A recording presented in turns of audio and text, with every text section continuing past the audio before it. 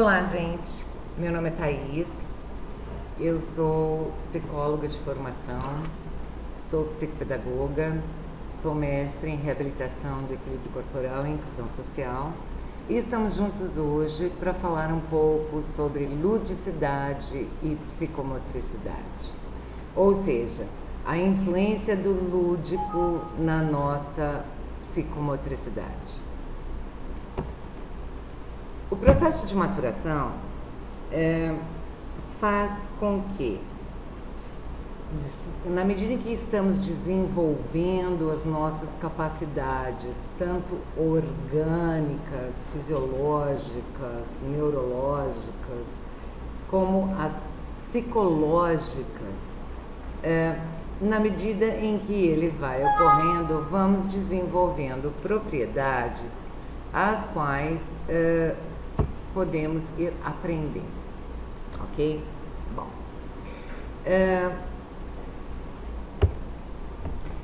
na medida em que vamos sofrendo um processo de maturação, podemos dizer que o corpo é a origem das nossas aquisições cognitivas. Ou seja, a nossa história, como costumamos dizer, ela é escrita no nosso corpo. Na medida em que vamos adquirindo conhecimento, este conhecimento ele não é só de origem cognitiva, mas também de origem afetiva e de origem orgânica. O objetivo do estudo da psicomotricidade é fazer com que o nosso corpo em movimento se relacione tanto afetivamente quanto cognitivamente com o nosso meio ambiente externo e interno. Quando eu atuo no meio ambiente externo, eu o modifico. E, na medida em que ele é modificado por mim, ele também me modifica. Podemos definir a psicomotricidade como uma área que anda em várias disciplinas, entre elas a cognição, as nossas habilidades motoras,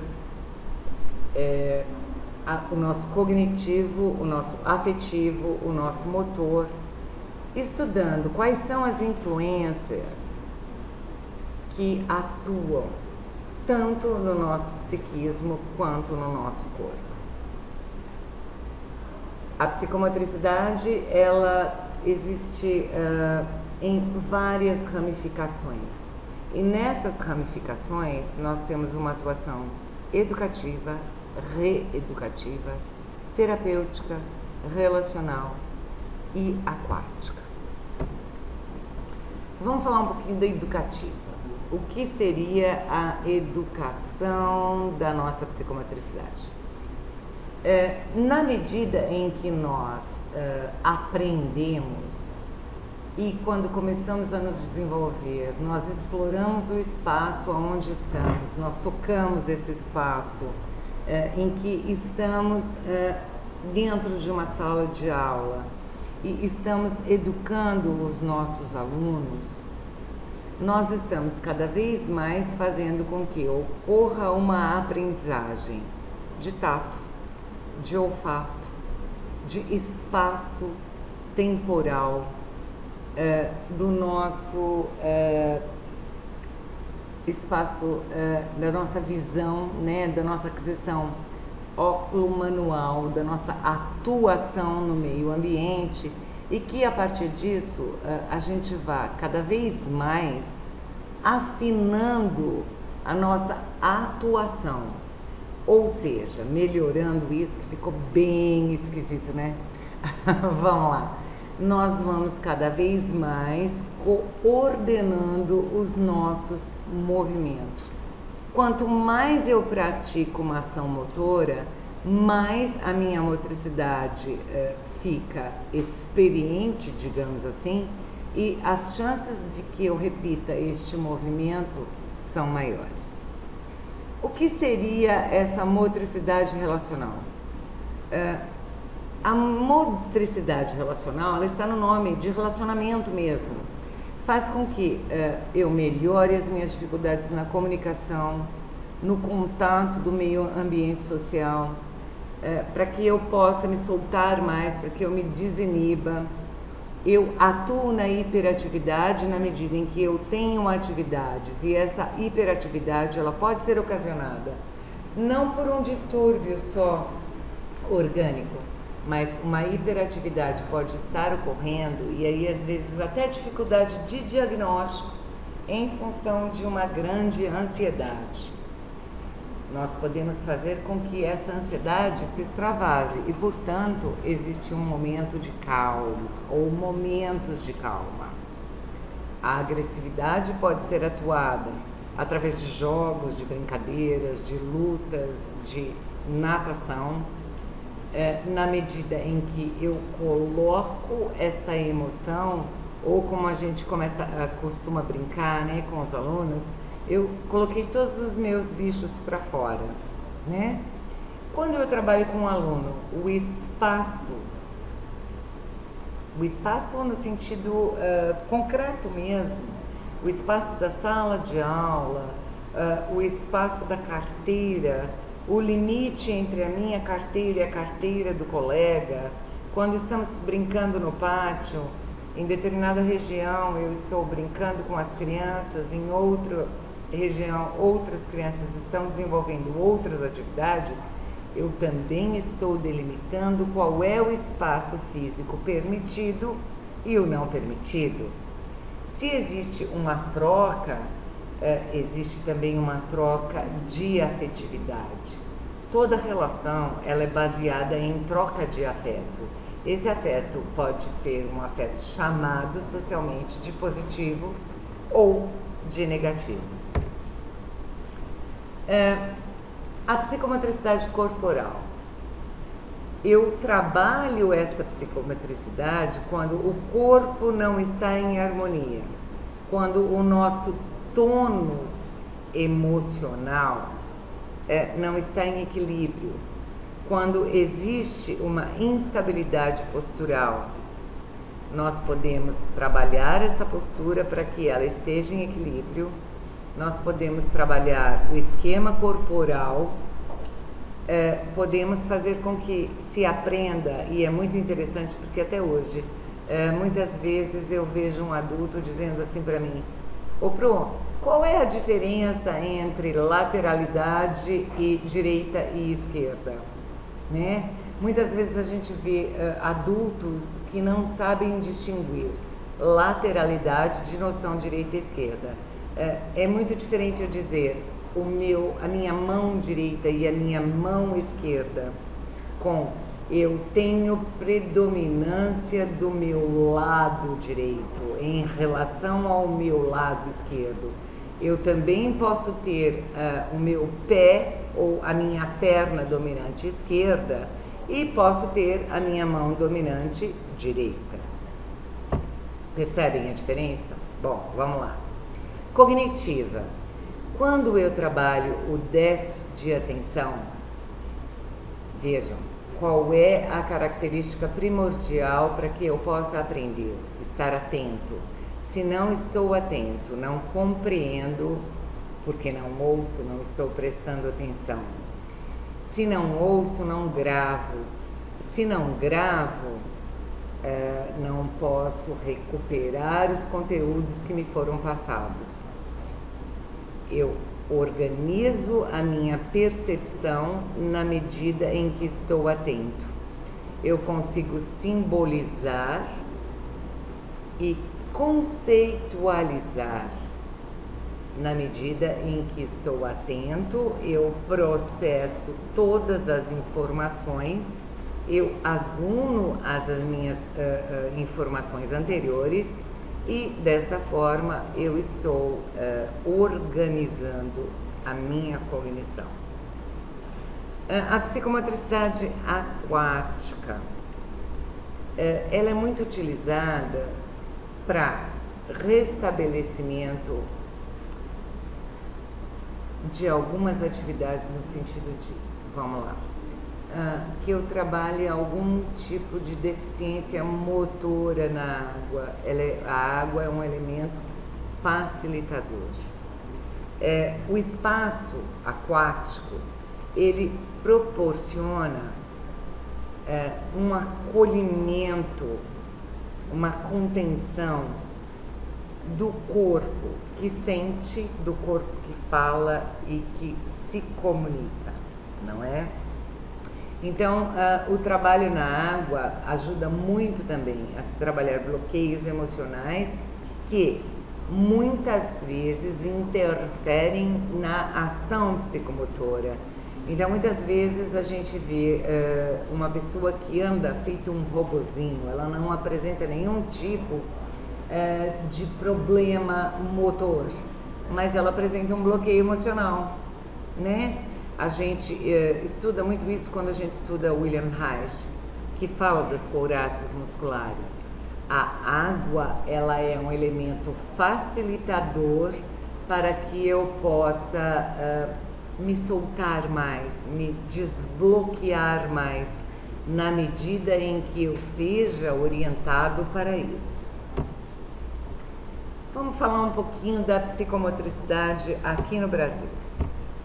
A psicomotricidade aqui no Brasil, ela já havia sido introduzida na década de 60, ok? 1960, por profissionais que traziam informações da Europa, mas foi de uma forma mais enfática que na década de 70 tudo começou a acontecer, ou seja, começaram a existir um direcionamento maior, começou a existir um direcionamento maior para a reeducação e a educação psicomotora. François Bezobo, em 1976, veio ao Brasil e ele trouxe uma nova visão de terapia psicomotora, que tinha como proposta trocar técnicas que se utilizam instrumentos de trabalho por atividades livres, direcionadas, que valorizam o jogo e a brincadeira. Em 1980, se fundou a Sociedade Brasileira de Psicomotricidade, também com o apoio do François Bezobo, que nessa época era presidente da Sociedade Internacional de Terapia Psicomotora. Através de vários encontros e congressos, a Sociedade Brasileira de Psicomotricidade, ela proporcionou uma divulgação maior da psicomotricidade e fez com que surgisse de um curso de graduação vários outros de pós-graduação. A partir disso, ocorrem linhas originais de trabalho que foram desenvolvidas por profissionais brasileiros. Em 2012, no dia 19 de abril, se comemora o Dia do Psicomotricista e foi fundada a Sociedade Brasileira de Psicomotricidade. Falando um pouquinho de desenvolver as capacidades. Vamos lá. De que forma a psicomotricidade contribui para a formação e a estruturação do esquema corporal? Na medida em que temos atividades motoras e nenhuma atividade motora existe sem que o cérebro comande esta atividade. Daí o nome de atividade psicomotora. Nós vamos mostrando ao indivíduo, seja ele criança ou adolescente ou adulto, de que forma o corpo funciona, né? Montando uma estruturação de esquema corporal. O objetivo é fazer com que se tenha uma maior autoestima, um maior autoconceito, uma melhor autopercepção, fazendo com que o incentivo do movimento em todas as etapas da vida, além de divertirem as crianças, né, as crianças começam a interpretar, ou seja, utilizar a ligação cognitivo-afetivo, porque usam inclusive a simbolização. Isso, óbvio, dentro de cada cultura que tem uma simbologia diferente. E essas crianças começam a ter um melhor relacionamento grupal, um melhor relacionamento com o meio social mais amplo em que elas vivem. Cada vez mais a gente vem observando que os educadores, eles vêm utilizando brincadeiras e jogos para aprender, para ensinar e aprender com as crianças, não é? Dentro da educação infantil. A programação, ou seja, o plano de ensino, ele tem como lugar de destaque atividades nas quais se utilizem o corpo como meio de aprendizagem. Segundo Vitor da Fonseca, a psicomotricidade é concebida como a integração superior da motricidade, produto que vem de uma relação entre a criança e o meio. Então, veja, quando a gente fala de integração superior da motricidade, a gente fala de união entre mente e corpo, entre mente, afeto e corpo, ok? Superior porque utilizamos todos os nossos processos mentais. A criança, ela elabora conceitos na medida em que ela também vai experienciando o próprio corpo. Então a gente vê a criança às vezes no berço, olhando para o pezinho, olhando para a mãozinha, estudando o próprio corpo. E neste momento, e na medida em que ela vai se desenvolvendo e sendo orientada, ela vai montando uma imagem do seu esquema corporal, que é muito trabalhado na educação infantil, apesar das pessoas acharem que colocam seus filhos na escola, na educação infantil para brincar. Na realidade, a gente sabe que está preparando essa criança para uma alfabetização. E quando essa criança apresenta problemas na motricidade, normalmente na motricidade ampla, ela acaba apresentando problemas na motricidade fina, ou seja, na hora de escrever, a coisa também fica complicada. O movimento humano, ele é construído. Ele é construído porque vivemos em uma cultura. Então, todos os nossos movimentos, eles apresentam uma simbologia. E eles apresentam uma simbologia a partir do momento em que convivemos e trocamos em sociedade. Ele é construído sempre com um objetivo, como uma forma de expressão. Todo comportamento é significativo. Por isso é importante que toda criança passe por todas as etapas de desenvolvimento, sem que nenhuma etapa desse desenvolvimento seja pulada, por impedimento dos pais.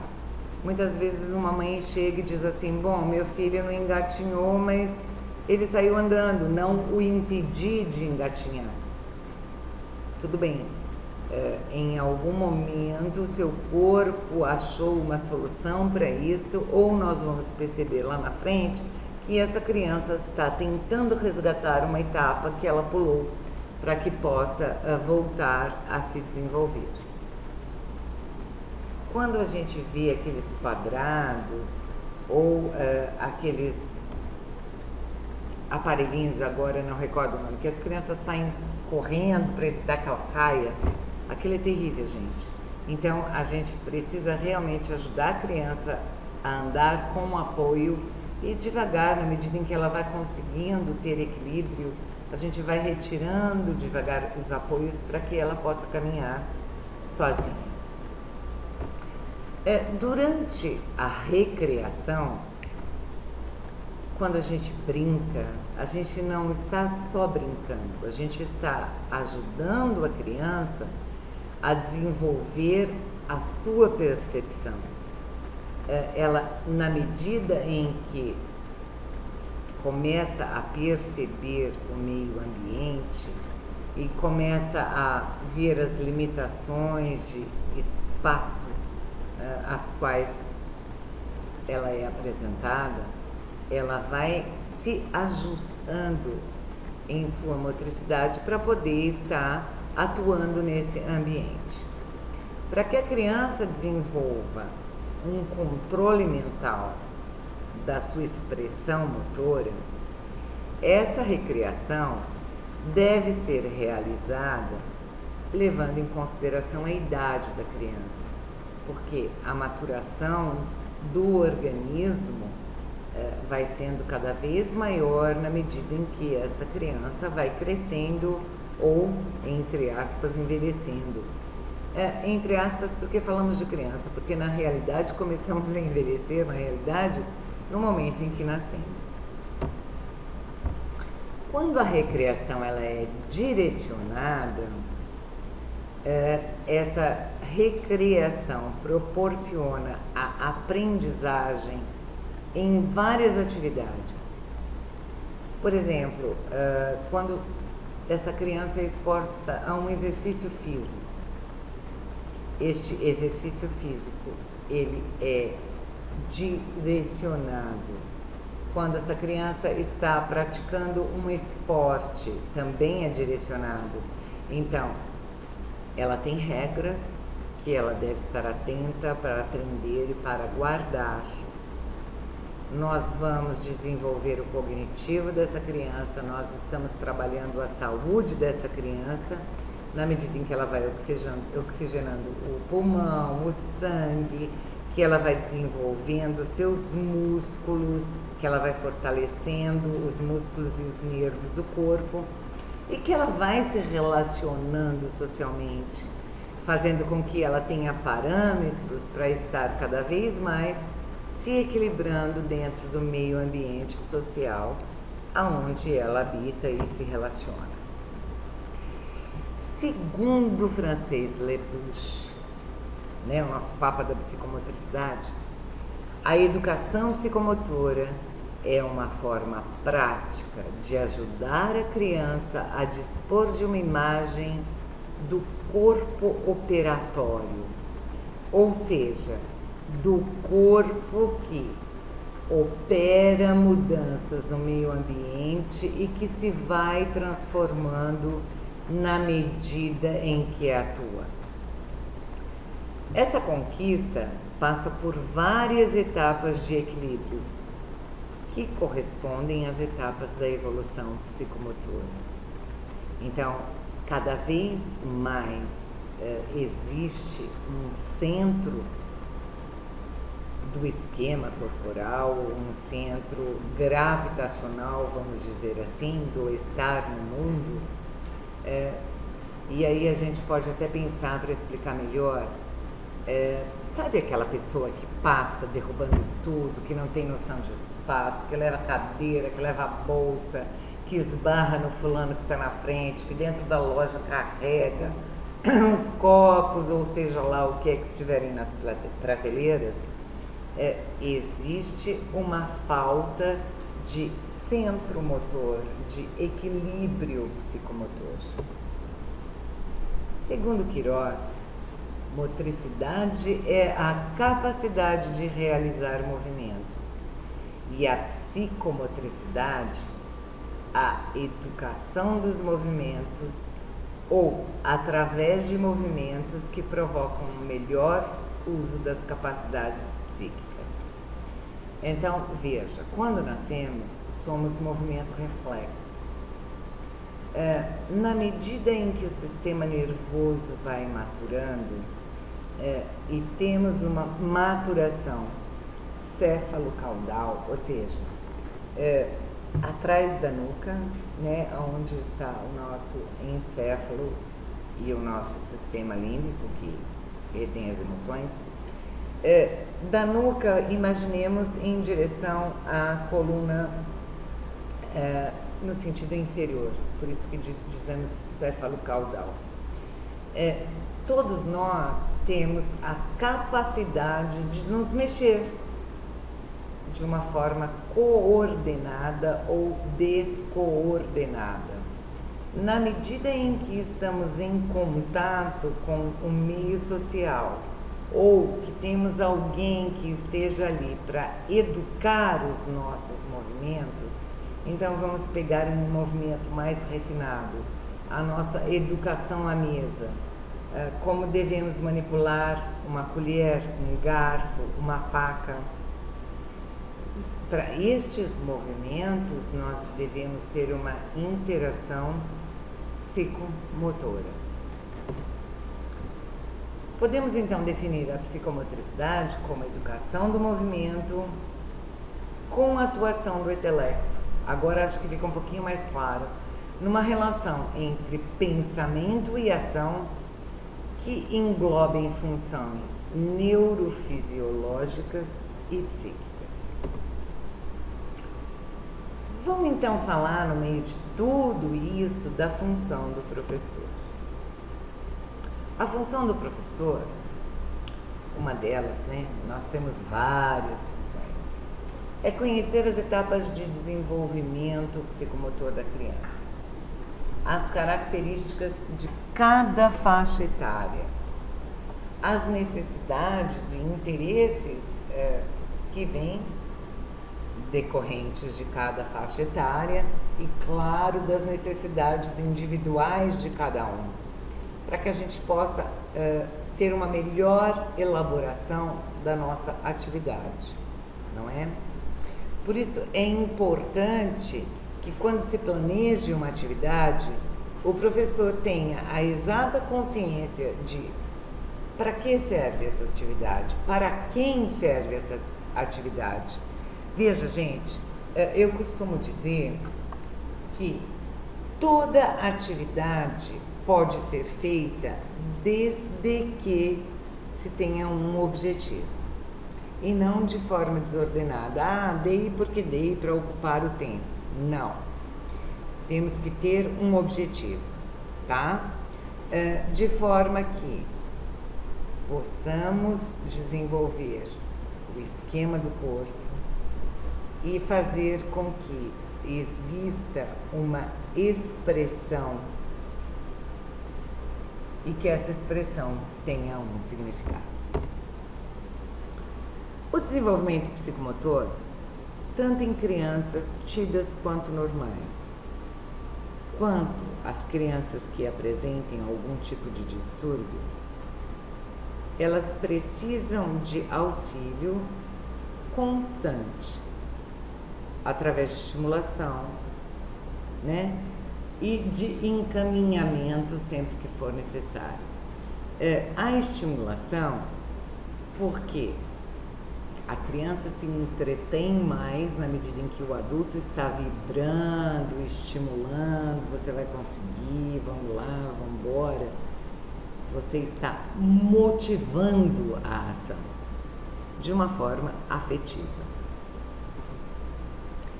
Na área da educação, a psicomotricidade, ela abrange um campo preventivo.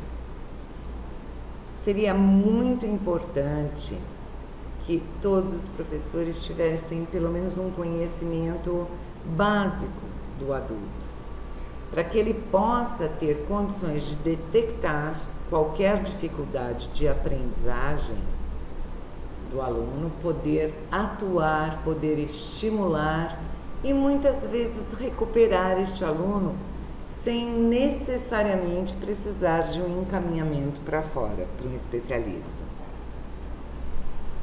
A ação de educar na escola consistirá em desenvolver de forma espontânea a adaptação deste aluno ao ambiente.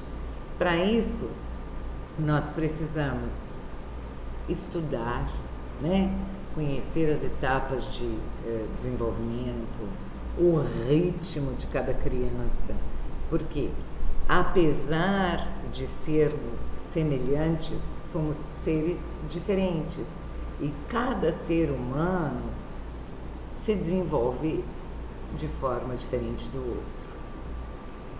Quando a gente estimula a criança, ou quando a gente motiva ou dá atividades dentro do ambiente que sejam lúdicas, digamos assim, que sejam divertidas, e a gente coloca as crianças em contato umas com as outras, a gente está beneficiando este relacionamento social, estamos colocando as crianças em contato com crianças da mesma faixa etária, ou seja, ela vai ter que aprender a se relacionar com gente da mesma idade, porque com adulto é fácil, o adulto acaba cedendo para tudo, né?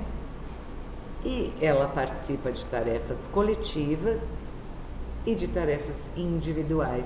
Então é importante que a gente alterne isso, para que ela possa tanto aprender a se relacionar em grupo, como também ter domínio de si mesma, para que ela possa desenvolver uma atividade sozinha, sem estar na dependência do outro, sendo este outro tanto o professor quanto um coleguinha mais próximo.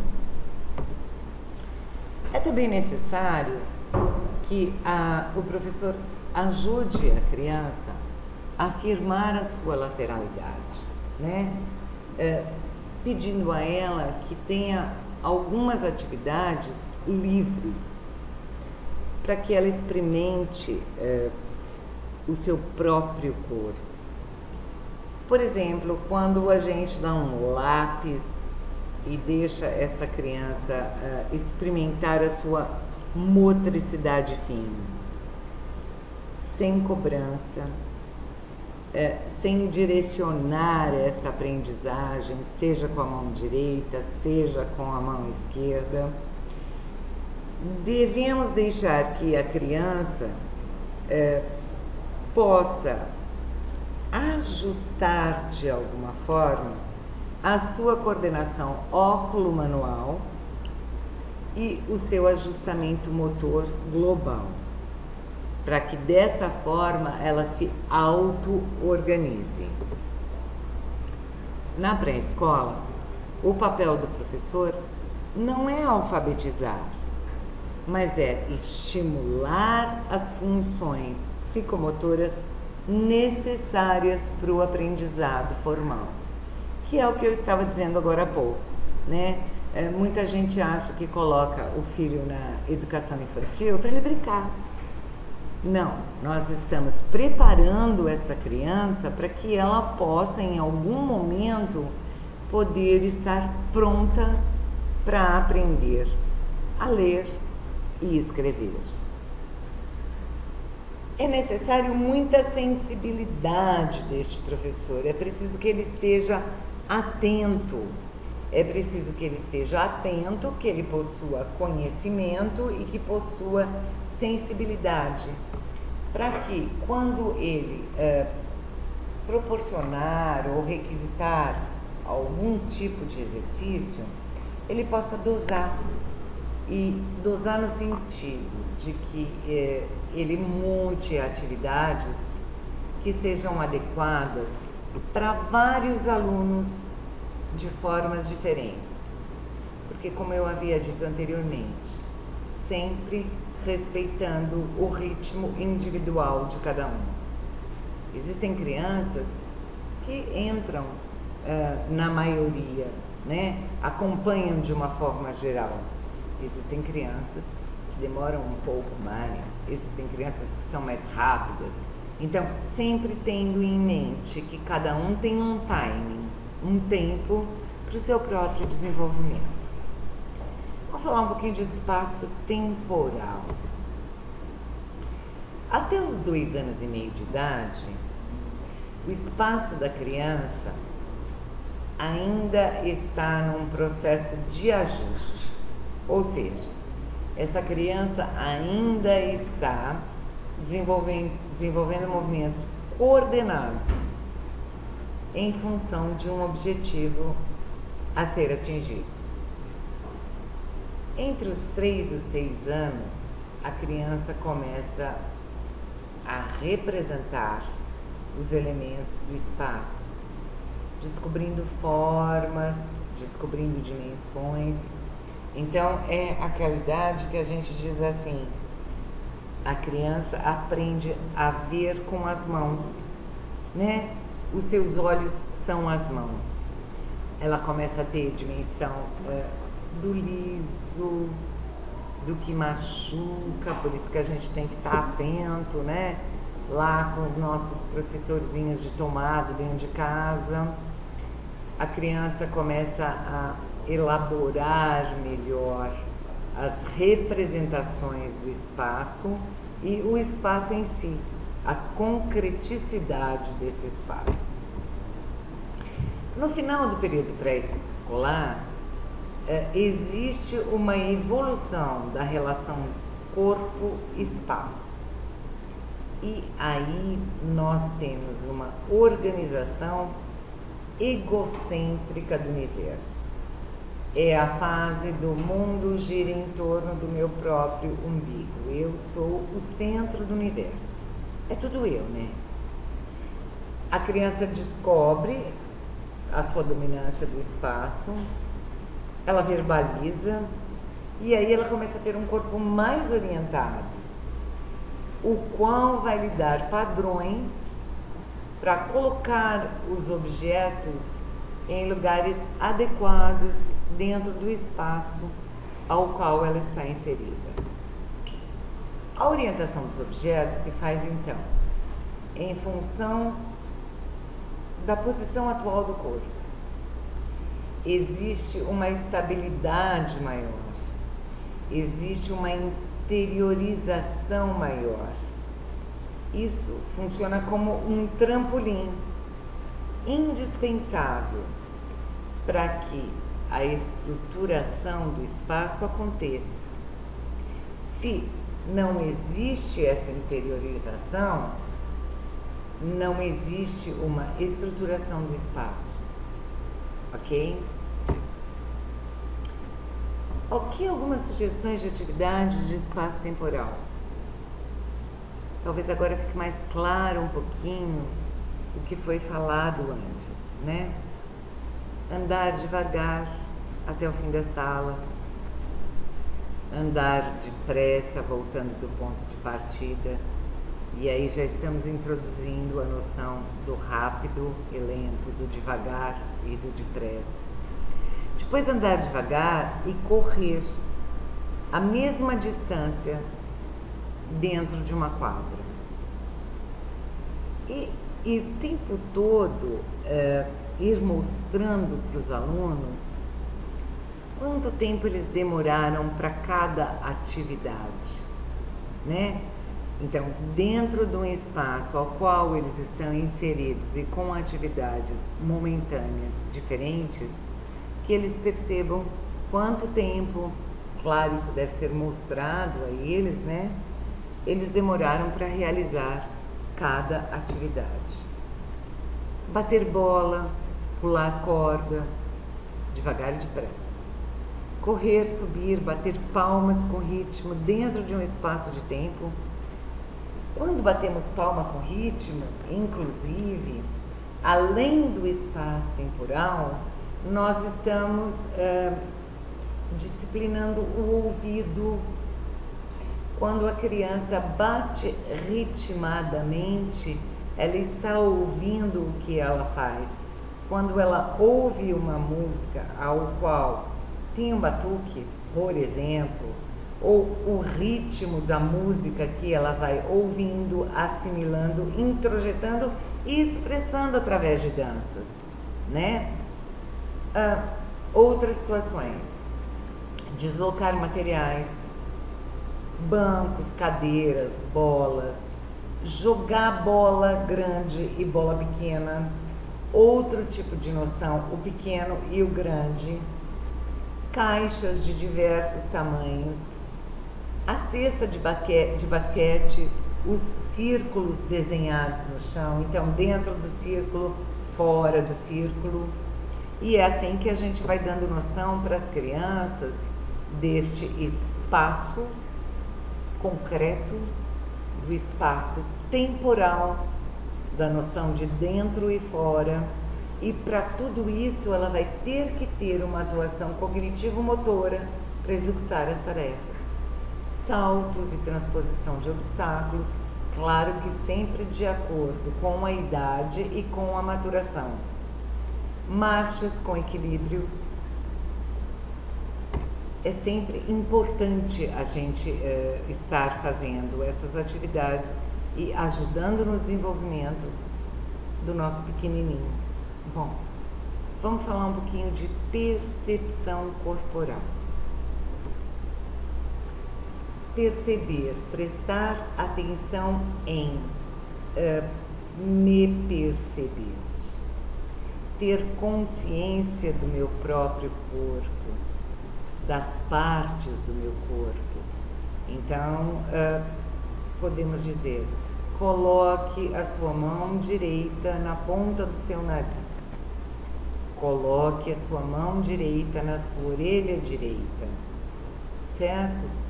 Coloque a sua mão no ombro do seu coleguinha, à sua direita ou à sua esquerda. Estamos cada vez mais desenvolvendo habilidades de evocar a localização das partes, ou seja, evocar no sentido de fazer com que a memória atue para que a criança lembre qual é a parte do corpo. Muitas vezes a gente vê que as crianças manifestam assim: ai, eu estou com tanta dor de cabeça, e põe a mãozinha no estômago, né? É muito comum em crianças também com déficit intelectual em função de alguma deficiência mental. Quem vai ensinando a criança a localizar as partes do corpo são os pais, os professores, ou seja, o meio ambiente social. É na comunicação consigo mesmo e o meio, e com uma boa educação corporal, que existe uma boa evolução motora. Quando existe uma percepção espacial e temporal, e quando o indivíduo consegue entrar em contato com essas percepções e com o que sente a respeito delas, estamos desenvolvendo inclusive a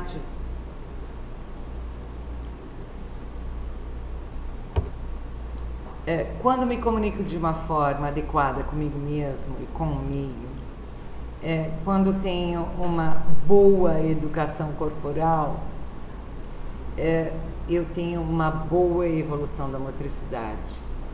Quando a minha percepção em relação ao meio ambiente externo, ao espaço que eu estou, ao tempo que eu levo para desenvolver essas atividades, quando eu presto atenção no sentimento que me levanta, sendo que eu já aprendi a nomear os sentimentos, quando eu desenvolvo algum tipo de afetividade, eu estou trabalhando o meu afetivo também.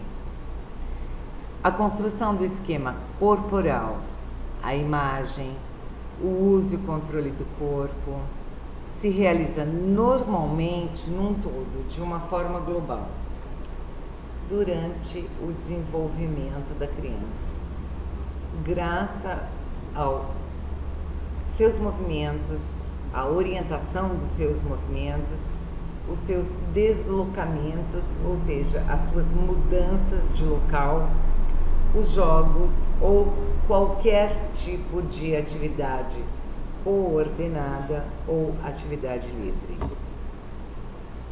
Atividades para que a gente possa melhorar a percepção do corpo. Pular com os pés juntos. A gente inclusive vai perceber o quanto a gente se desequilibra, mesmo nós adultos, é muito interessante. Eu sempre tive a máxima certeza de que os bailarinos em geral, eles têm uma noção de equilíbrio absurda, e eles não têm. Eles fixam um ponto, eles rodopiam, mas não existe este equilíbrio que a gente tem a sensação, a percepção de que eles têm de forma absoluta. Bom, voltando. Pular alternando os pés, mover a cabeça, mostrar os olhos, o nariz, as bochechas, o queixo, a boca, separar os braços, as pernas, os dedos. Equilíbrio, e a gente estava falando em equilíbrio agora há pouco, né? É o cerebelo que é o que eu disse para vocês, a localização dele é mais ou menos na altura da nossa nuca, né? É ele que ajusta permanentemente o tônus postural. Ou seja, quando a gente fala em tônus, a gente fala em contração e relaxamento de nervos e de músculos, tá? Então, o tônus postural em combinação com o desenvolvimento do ato motor. Ele fixa as reações de forma automática, as posturais inconscientes, traduzindo as experiências vividas individualmente. Então, muitas vezes a gente olha para uma pessoa e a gente acaba fazendo uma leitura postural e a gente diz assim: nossa, aquela pessoa parece que carrega o mundo nas costas. Por quê? Porque ela está curvada. O desempenho normal da função do equilíbrio pode ser perturbado por causas psicológicas, que foi o que eu acabei de dizer.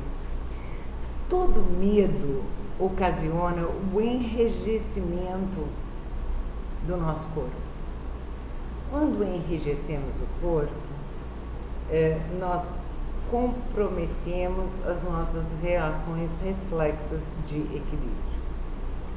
A manutenção do corpo em uma mesma posição durante um tempo determinado pode ser estático ou pode ser dinâmico.